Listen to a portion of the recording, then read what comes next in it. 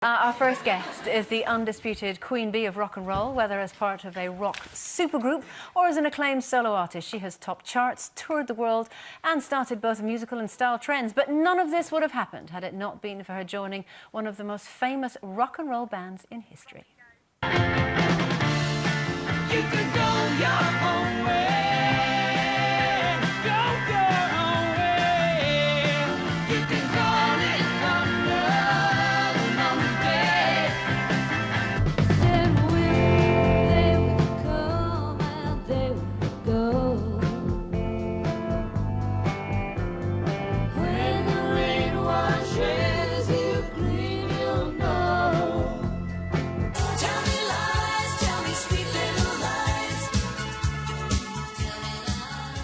Please welcome, she's here, Stevie Nicks! Hello, welcome. It is lovely to have you here. Now, we mentioned there just at the top that obviously all this global success that you had may not have happened if you hadn't joined Fleetwood Mac. How did that come about, you joining the band in the first place? Well, we had lived in Los Angeles for probably 2 to 3 years. Everybody keeps telling me I get the time wrong, so I think it's longer than it was. Okay. But say 2 or 3 years. And on the last night of '73, Mick Fleetwood called Lindsay and I and asked us if we wanted to join Fleetwood Mac. Mm-hmm. He had heard some of Buckingham Nicks out at a studio in the Valley in Los Angeles, and he, even though there was a girl, he had already talked to the producer, who said you're not going to get him without her. So. Okay. And they made the decision, you know, that we would all have dinner with Chris, and Christine would make the decision. Okay. If she and I got along, she could make the decision whether or not we would do it, because that would make 2 girls in the band. So it would be up to her. Uh-huh. And we just had the best time. We went out for Mexican food, and we had a great time, and we went into rehearsal 2 days later. And it was what, about a year after that rumours came out. Is that right? No. How long after that? It seems like, you know, that was the first record. So we went right into rehearsal. We rehearsed for 6 weeks. We went right into recording, where we were getting paid $200 a week apiece, and then $400 a week apiece. So we went from starving poor to hugely rich. And I mean, for us, hugely. Yeah. So we went into the studio. We did the record. It came out in like June, and this was Fleetwood Mac. Came out in June. We went on the road, July, August, September. When we got home, Lindsay and I were together a millionaire. So I gave notice in a restaurant the first week of January. You were working in a restaurant at the same time? Yeah. Wow.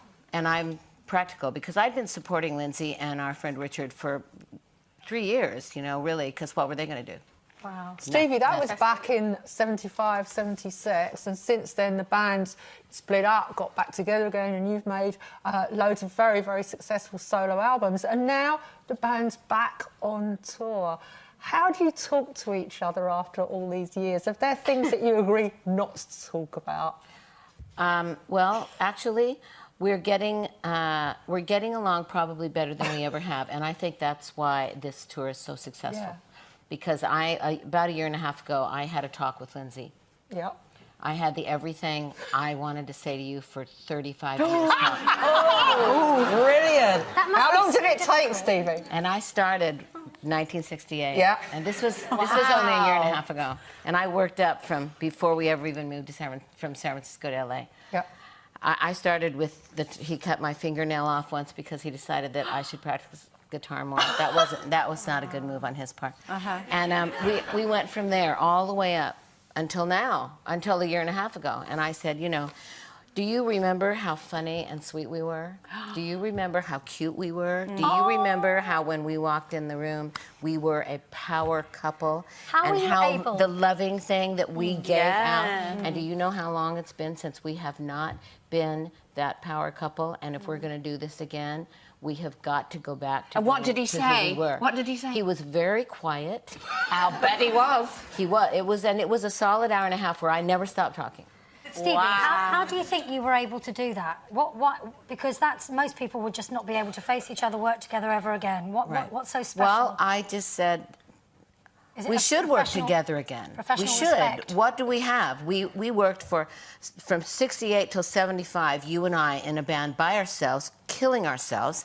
We, you know, and then we joined Fleetwood Mac and worked from 1975 until the talk was 2011, until 2011. And so what are we going to just throw that all out the window and just go off and do our own thing and never, is this just going to end because we can't forgive each other for all those years? So I think we need to forgive each other, and now the ball is in your court. So right now, is it still? Do you still feel excited by it as you did then? Has it come to a point where you go? Well, it's much wow. better now. There you go. Since the talk.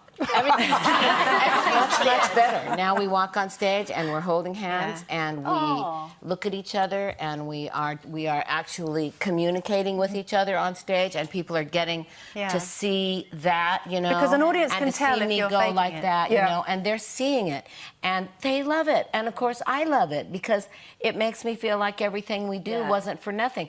I mean, yes, was it for making a lot of money? Yes, great. But in the, you know, when you're 90 years old and you're in your last year and you're looking back over your life, you're not so much going to say, well, I made this much money, this much money. You're going to say, then there was this moment, and then there was this fabulous moment, and then there was that moment when we walked on stage and we told the story about when you and I lost the song and somebody stole it, and then we just found it on YouTube in 2010, and it's like, and Lindsay laughs and says to me, and I said, is the story too long? And he goes, I think it's charming. Well, Stevie, do I know you?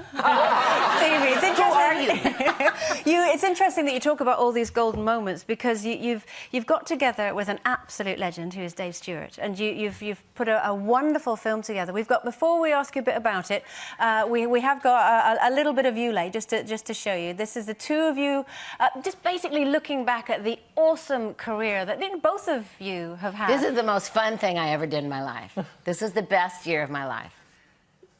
What exactly are people going to get out of this film? I think that you're going to love it because it's a year at my house, and you're going to get to.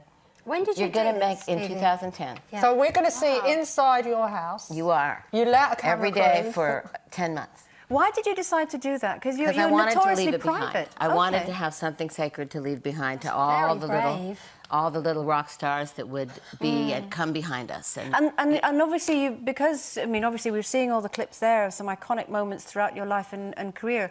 You know, you are the original rock and roll star. There are youngsters who've obviously that have. I mean, Taylor Swift for one, that said she's been absolutely influenced by your career.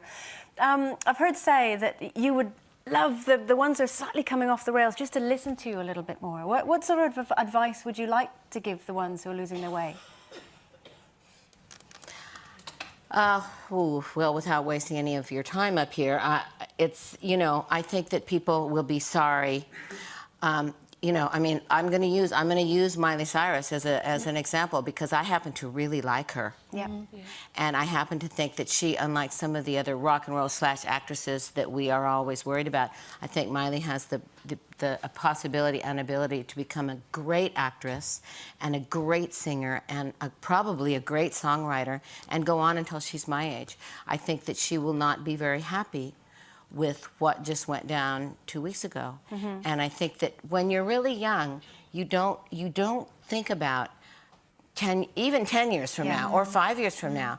And I actually didn't either, you know, but I was more, I was really focused. I was really focused on who I wanted to be and what I wanted to be. And I knew I was going to be in this business for a long time.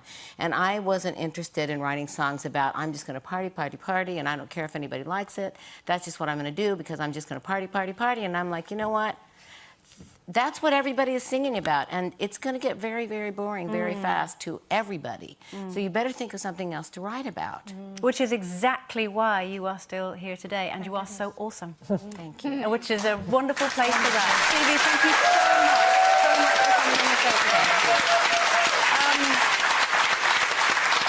Just before we go, just say that The Indie Dreams premieres on Monday. It's available on DVD from November. And the European leg, the Fleetwood Mac 2013 World Tour, it opens on the 20th. And the premiere is Monday, everybody. It is on Monday. If you can see it, see it. It's really important. All right, right after the break.